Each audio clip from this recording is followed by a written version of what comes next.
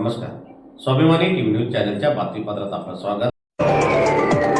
बाळापूर येथील प्रार्थना स्थळावर मनपा अतिक्रमण विभागाचा हातोडा.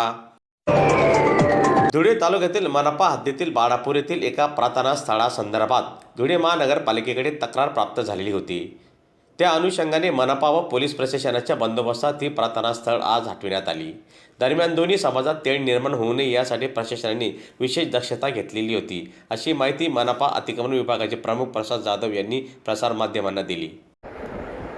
धुळे महानगरपालिका अतिक्रमण विभाग प्रमुख प्रसाद जाधव आज रोजी मौजे बाळापूर बागणे येथील श्रीमती रासत पिरण पिंजारी यांनी अनधिकृत धार्मिक स्थळचे बांधकाम केले असल्याने परिसरातील नागरिकांनी मोठ्या प्रमाणात तक्रारी प्राप्त झाल्या असल्याने तसेच भागातील नागरिकांनी महानगरपालिके येथे मोठ्या प्रमाणात निदर्शनं केले असल्याने तसेच संबंधित बांधकामधारक यांना यापूर्वी सूचना तसेच नोटीस देऊनही त्यांनी कुठलाही खुलासा प्रतिसाद न दिल्याने आज रोजी संबंधित बांधकामधारकाचे अनधिकृत धार्मिक स्थळ पोलीस बंदोबस्तात आज निष्कासित करण्यात आलं आहे.